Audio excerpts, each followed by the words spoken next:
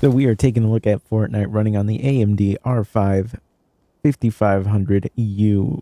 Now the performance on here is actually pretty great. We are looking at 1080p with a mix of settings, but here you can see that what the settings are. Mostly it's all on medium. And overall, I would say that these settings were perfectly fine. It's what the game defaulted to, and I didn't really see anything that I needed to change because as soon as I got in game, the performance was good enough that it didn't really bother me at all. And it is running on DirectX 11, not using any of the other APIs. So far, it seems to be the best performing one.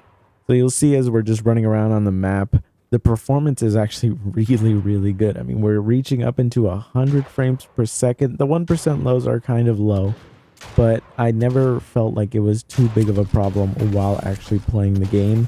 You know, it was mostly just when I was running around, new areas loading in, but it never got to the point where it felt detrimental to the gaming experience. I did run into this weird graphical error though. So my character kind of just ended up looking like this weird chicken alien monster. It was odd. It was definitely really odd.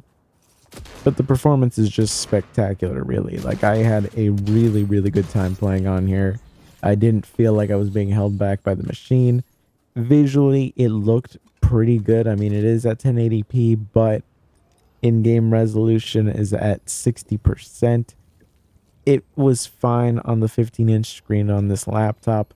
I really didn't have an issue with it. The performance was just so good that it just wasn't really holding me back in the game.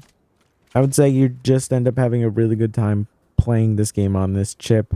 If you're somebody who is very particular about stutter and it's just you cannot handle any of it, then it is going to be a worse experience for you because there is going to be the occasional stutter.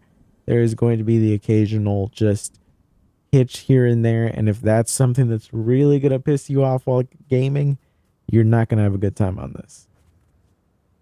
I mean, really, I was able to just play through and actually finish this round with a victory, you know?